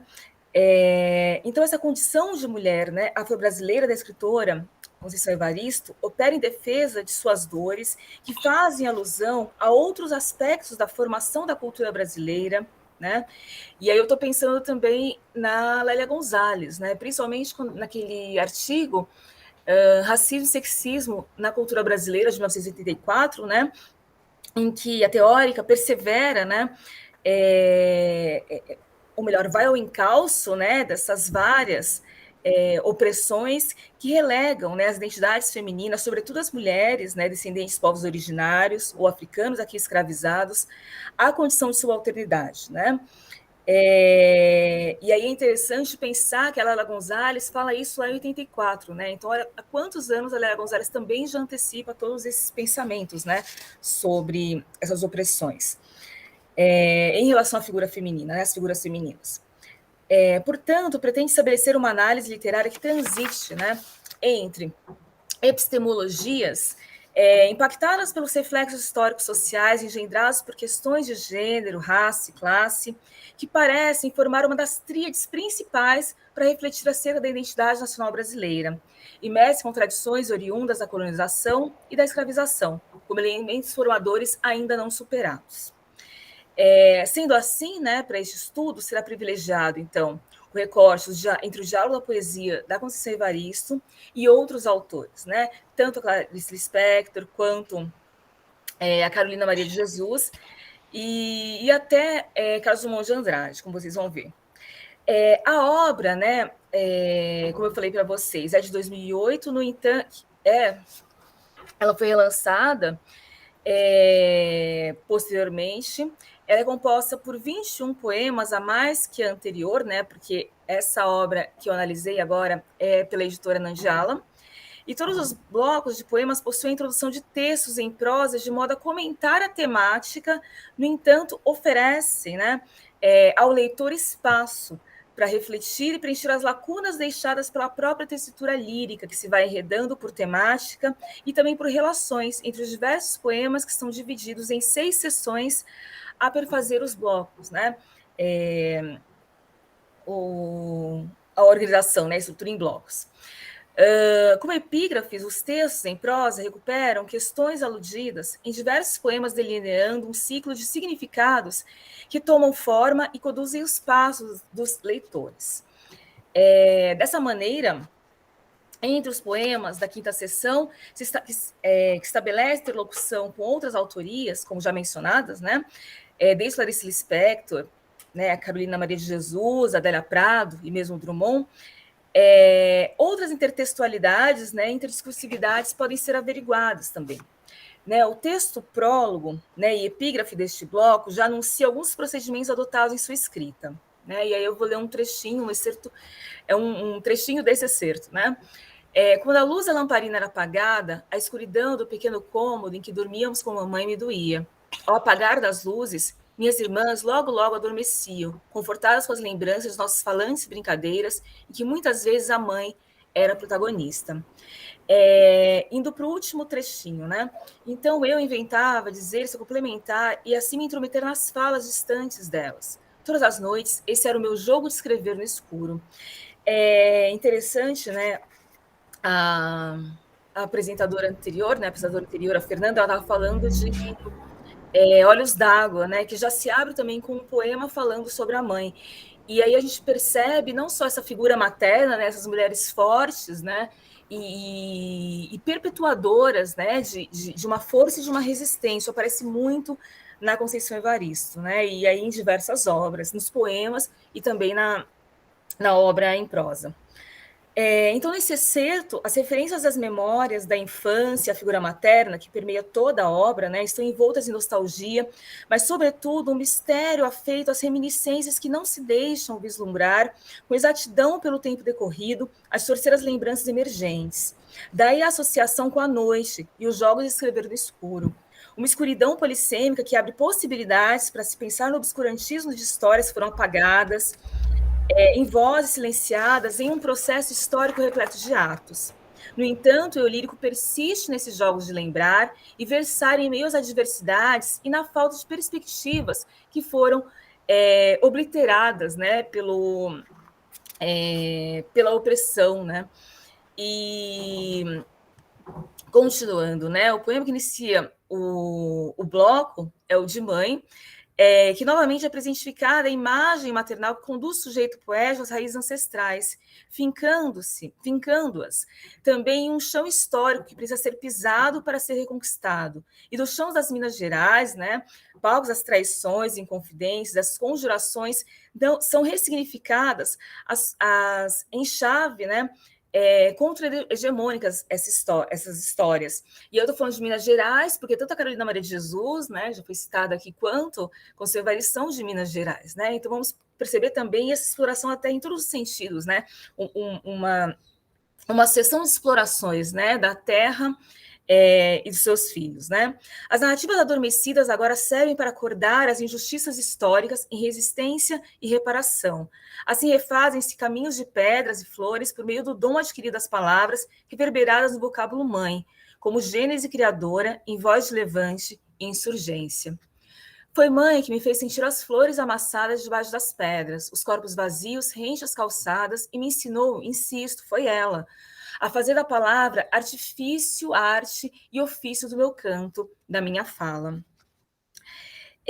As pedras mineiras, com tantos ferros referidos pela lírica, né, drummondiana, são retomadas nestes versos através dos corpos vazios. Em interlocução contínua com a mineiridade histórica e literária, novos questionamentos são erigidos em torno de uma memória que deve ser resgatada pelo poder das palavras. Das conjurações oitocentistas ressoam ainda outras palavras que, após movimentos de obliteração, conjuram e gritam, né? Que é o que a gente vai ver. Opa, aqui. Conjuram e gritam, atravessando silêncios para se afirmar que nossos ais, e são tantos os gritos que a alva cidade de seu merecido sono desperta em pesadelos.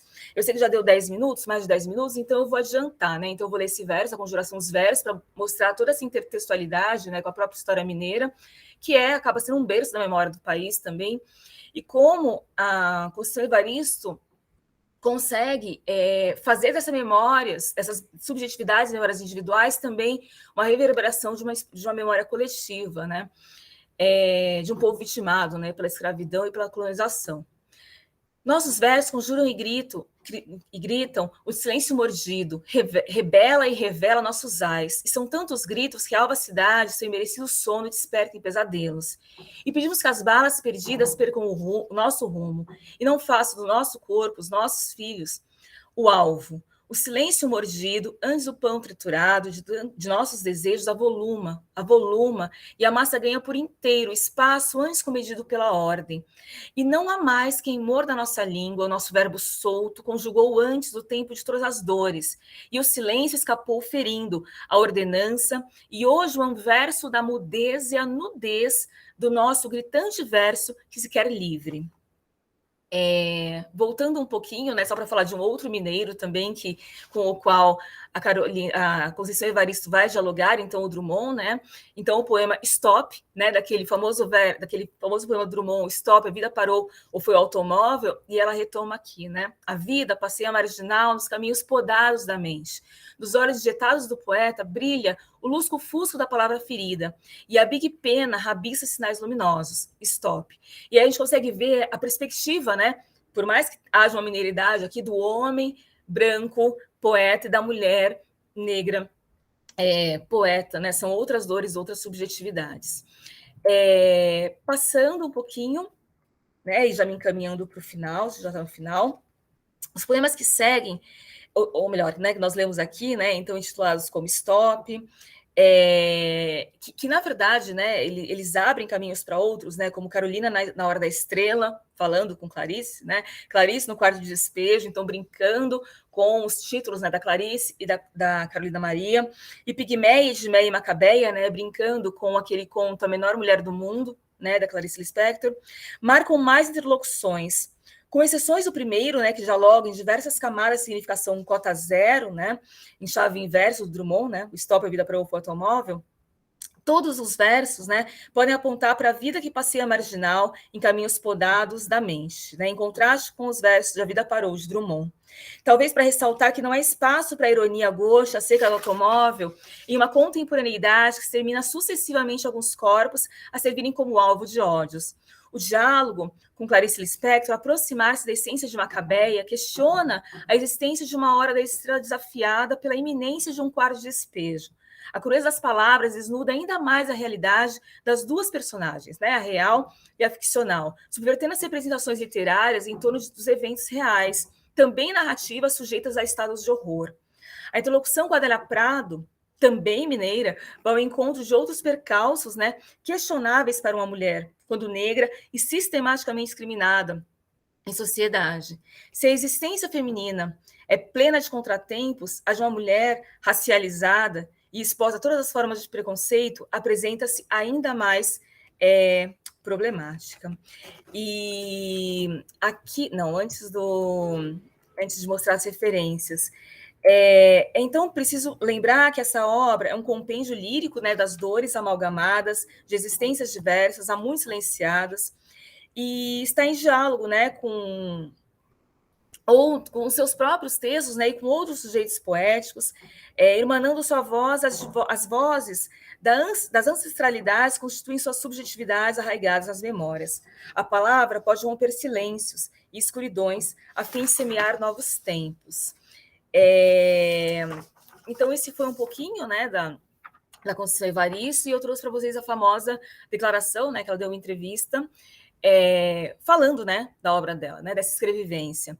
A nossa escrevivência não pode ser lida como histórias de ninários da Casa Grande, sim para incomodá-los em seus sonos injustos.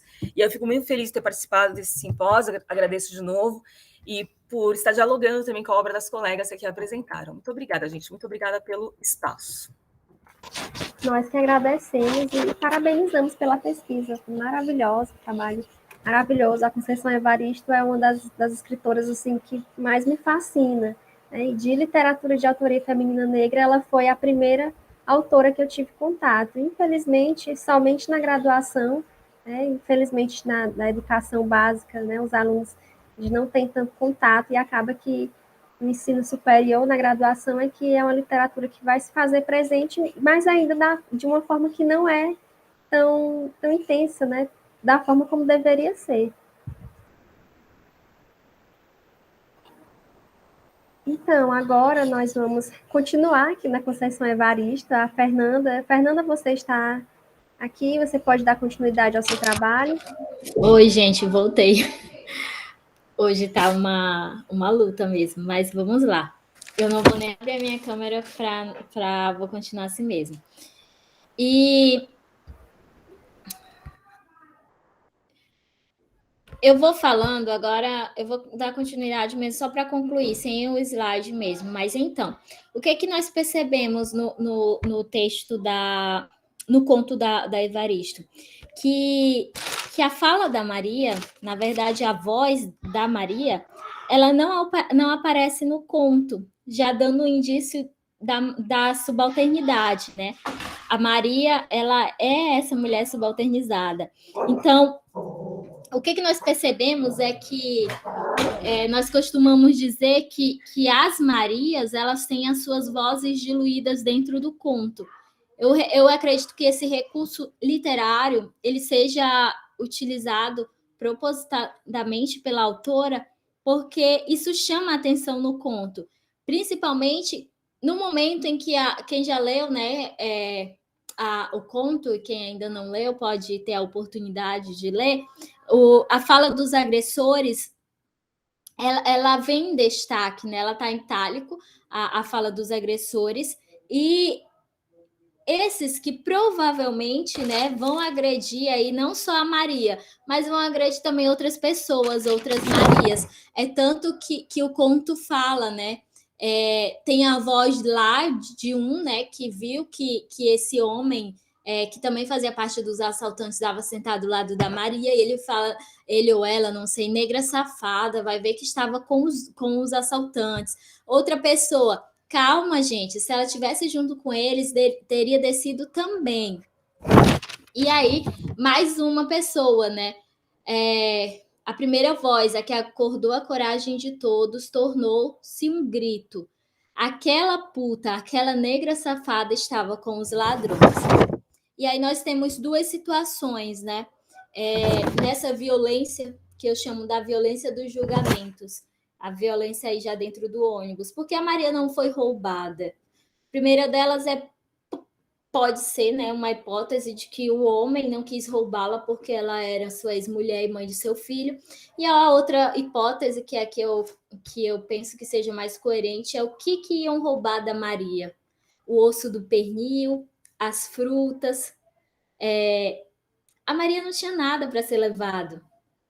E os passageiros, eles ao perceberem que a Maria, só porque ela estava, né, um dos assaltantes tinha sentado ao lado dela, pensaram que a Maria, por ela ser negra, mulher, ela fizesse parte desse grupo de ladrões. O que nós percebemos aí? Que a partir desse momento, as vozes dos assaltantes, ou dos assaltantes não, dos passageiros ali, das pessoas, elas continuam entrando em destaque. A Maria, o conto fala que a mulher teve medo e raiva. Que merda, não conhecia assaltante nenhum, não devia satisfação a ninguém.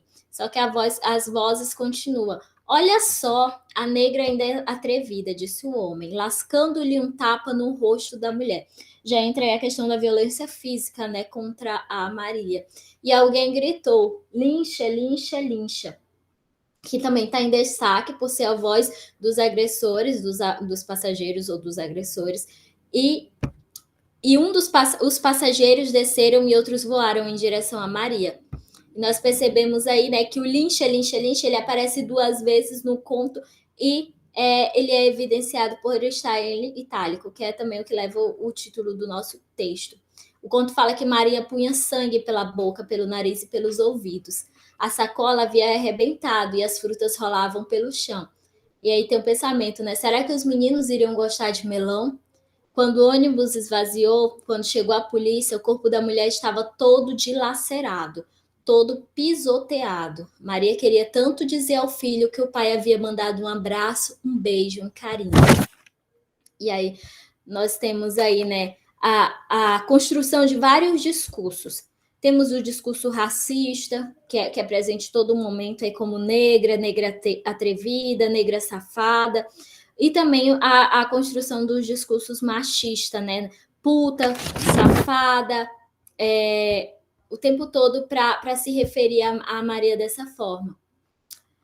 Campelo, 2017, ressalta que o linchamento é uma ação coletiva e ritualizada de indivíduos que, na maioria das vezes, e na maioria dos casos, não possuem nenhuma relação com a vítima ou acusado de um crime, e mesmo sem nenhuma organização anterior, perseguem o mesmo objetivo de eliminar a conduta criminosa por meio do corpo acusado. Ela diz mais ainda, o lixamento é mais uma faceta do rancor e da vontade de extermínio dos jovens brasileiros negros, vitimados em seus corpos por uma justiça popular, parcial, de vingança e intolerância racial. Então, nós vemos aí presente, né, a questão do racismo muito forte também, do machismo. A Safiotti, ela fala que a violência, ela define, na verdade, a violência como uma ruptura de qualquer forma de integridade da vítima, seja de forma física, psíquica, sexual ou moral. E nós vemos que a Maria, personagem do conto aqui, que nós analisamos, ela passa por esse tipo de violência, né? Tanto que o conto, ele termina, pelo menos ao meu ver, dando a entender que a Maria, ela não vai ter uma oportunidade de chegar em casa, porque ela teve a sua vida tirada por conta ali do lixamento. E a Spiva, que ela sustenta essa discussão, abordando que a situação de subalternidade ela é imposta mais arduamente ao gênero feminino, uma vez que a mulher, como subalterna, ela não pode falar, e quando tenta fazê-lo, não encontra os meios para se fazer ouvida. Maria carrega esses traços, né, de mulher subalterna. E o Bourdieu, ele ainda aponta, né, que lá no livro A Dominação Masculina, que o poder simbólico, esse poder invisível, no qual só pode ser exercido com a cumplicidade daqueles que não querem saber que lhes estão sujeitos, ou mesmo que o exercem. E a Ribeiro, ela, lá no 2017, ela assevera que, apesar da mulher negra ser invisível aos olhos da sociedade, todo mundo tem lugar de fala, né? Daí a importância dos movimentos sociais, especialmente do feminismo e do combate ao racismo. Então, nós percebemos aí no conto Maria que essa questão, né, seja da faca laser, da voz da Maria, que ela não tem voz, só tem voz aí os agressores, né? Tudo isso contribui aí para que seja aí uma mulher subalterna. E é o que a Conceição, lá no livro Escrevivências de Nós, ela diz, né? A escrita, ela não é inocente, ela tem um propósito político em seu sentido mais amplo. Então, nós acreditamos claramente que nas entrelinhas do conto, quando a Conceição ela pontua esses aspectos, né, seja a voz dos agressores itálicos, seja a voz da Maria, que não aparece, todas essas questões evidenciam aí a questão da mulher subalterna, né, da mulher negra, que está cada vez colocada aí à margem, né? E a Maria, esse nome, creio que seja bem proposital, né? Porque Maria é um nome bem genérico e representa Maria representa todas as mulheres que sofrem aí alguma violência. Como considerações finais, nós pontuamos aí a questão da desigualdade social, os julgamentos alheios, os discursos machistas e racistas que evidenciam cada vez mais que a mulher, né, ela é vista, ela é colocada como um objeto, e esses discursos, eles, se não, né, colocam aí a questão do patriarcado também, a questão do lixamento, né, e que a temática exposta por Evaristo precisa ser vista, falada e ouvida, né? A mulher negra, ela resiste, precisa ser notada e respeitada, por mais que as questões ainda sejam muitas, né? E o caminho seja longo, mas esses movimentos, né, eles existem para que as discussões elas sejam aí colocadas à mesa, né, como dizem, e sejam discutidas mesmo. É isso, meu trabalho. Obrigada pela oportunidade. Desculpa os contratempos. E é isso, esses contratempos, eles estão suscetíveis a acontecer, né? Infelizmente, é algo que a gente não tem controle, né? Na internet ali, que às vezes acaba caindo, mas acontece, né? E nós compreendemos. E bom, com o seu trabalho, nós finalizamos as apresentações de hoje. Eu deixo em aberto, né, para vocês também comentarem, né, os trabalhos dos colegas, alguma coisa que chamou a atenção. E começo parabenizando, né, a todos pelos trabalhos, né? São trabalhos maravilhosos, assim, que chamam bastante atenção. Começando lá pela Carolina Maria de Jesus, né, onde a Fran trouxe a obra Diário de Bitita, né? E eu achei, assim, já bem interessante, porque quando se fala em Carolina Maria de Jesus, sempre é associado a quarto de despejo, né? É o diário de uma favelada. Aí você traz uma outra perspectiva em uma obra que não é tão estudada dentro da academia e também não é conhecida, né? O forte da Carolina acaba ficando em quarto de despejo. E aí eu indico também uma amiga que, coincidentemente, ela faz parte do mesmo grupo de estudos da ela, a Alice. Né? Ela estudou, durante o mestrado dela, Fran, a obra da Carolina, o Diário de Bitita também, mas pelo viés da escrevivência, né? Apresentando o Diário de Bitita como esse ponto, né? De onde parte esse agenciamento, né? De vozes negras, né? De vozes coletivas. Aí eu indico que você, né? Trace, né? Alguns diálogos com ela, porque eu acho que ela contribuiria, né? Traria algumas contribuições interessantes para você, outras perspectivas também que pudessem colaborar com a sua pesquisa, que é maravilhosa. Né? Só parabenizar mesmo. E aí depois vem o trabalho do aquele rapaz que saiu do Sandro, né, com a Cristiane Sobral.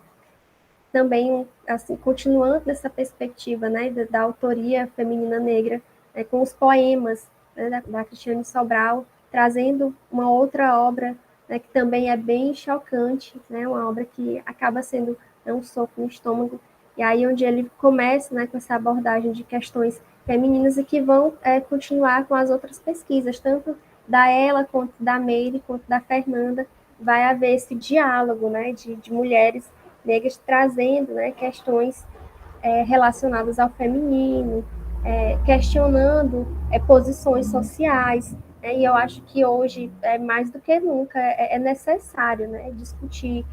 Quando a Fernanda estava falando sobre a desigualdade social, nesse conto, que ele é um soco no nosso estômago, é uma leitura que é difícil, porque dói, né?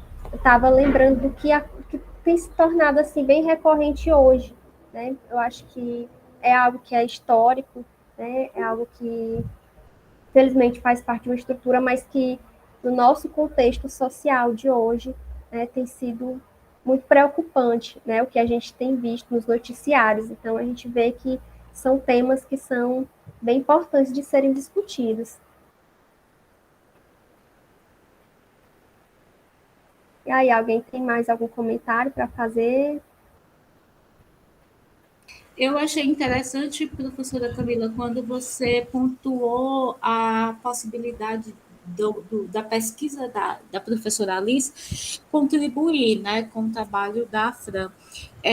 Eu acho que é válido reforçar, ressaltar esse movimento de referendarmos, né, pesquisadoras que estão dentro de um espaço geopolítico, né, que nos é próximo, também estreitarmos as nossas relações e buscarmos para as nossas referências, não só as literaturas das mulheres negras, mas uma recepção crítica que está sendo produzida pelas mulheres negras. Eu acho que é importante esse movimento da gente perceber os estudos que estão sendo conduzidos por sujeitas que eram vistas apenas como objetos e agora estão tomando uma equação sujeita-sujeita, na produção intelectual, e que a gente dialogue com essas produções, que a gente dialogue com o pensamento negro, com a produção intelectual negra, sobretudo feminina, não apenas na escrita literária, mas também na produção de teoria e recepção crítica das obras.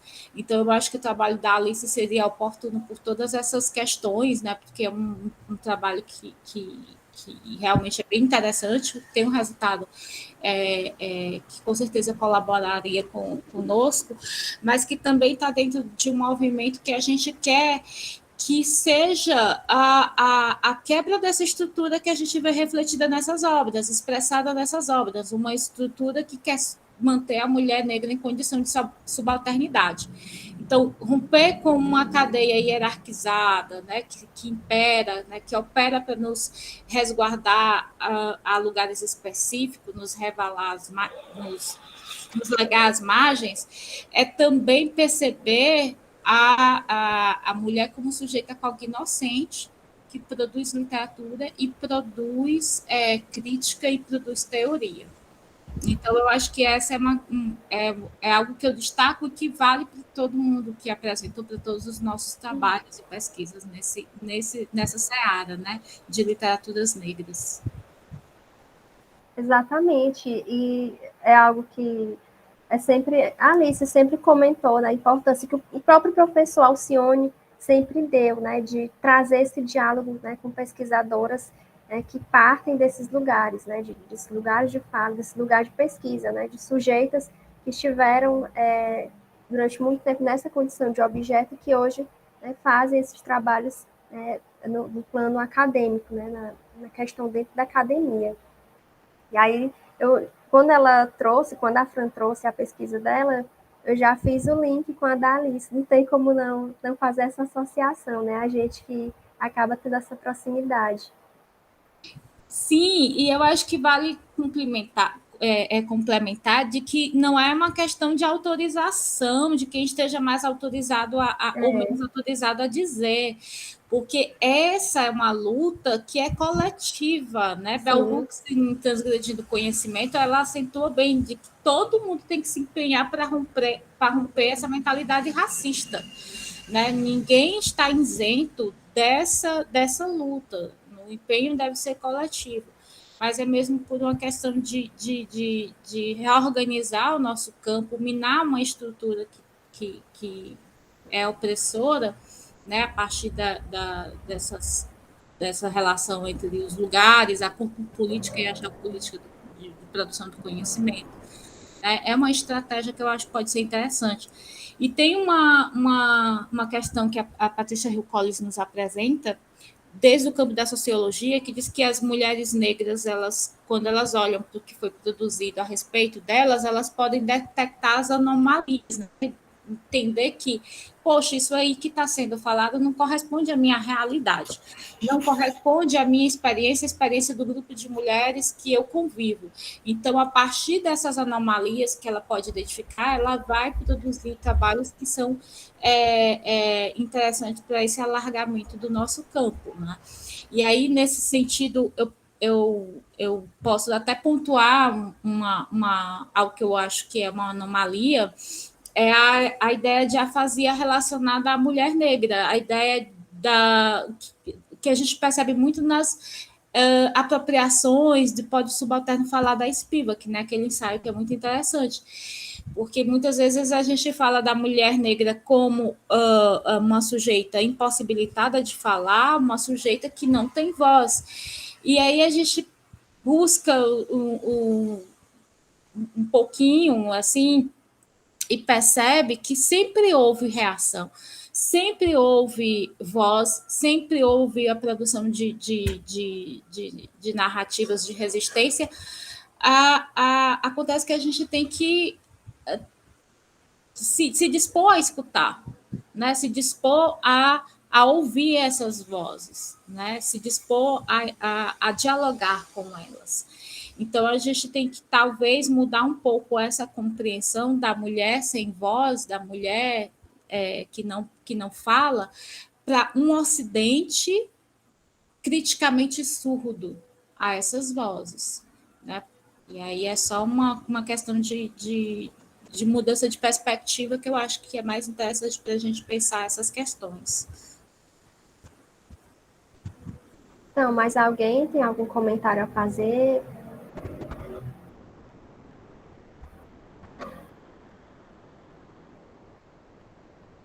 Então, eu acho que nós podemos finalizar por aqui, né? Eu agradeço mais uma vez a todos pela participação. Eu fico muito feliz, né, de que foi um simpósio, muito importante, muito interessante, muitas discussões ricas, temas que devem ser discutidos. E só agradecer mesmo a presença de todos vocês, né? Mesmo não sendo a professora que havia tido a ideia, né, que havia idealizado o simpósio, a professora Risoleta, que infelizmente não pôde participar, a professora Ana Caruza também. Eu acredito que foi algo que foi muito rico, né, que trouxe muitos aprendizados, principalmente para mim também, né, que estou aqui para aprender junto com vocês e compartilhar o pouco que a gente acaba aprendendo. É isso. Então, se ninguém tiver mais nada a falar, só relembrar todo mundo que assinem, por favor, a frequência. Acabei de mandar no chat, né? A frequência é importante porque é a partir dela que são emitidos os certificados. E por mais que você tenha apresentado, se você não assinar a frequência, você pode ter problema com o seu certificado, ok?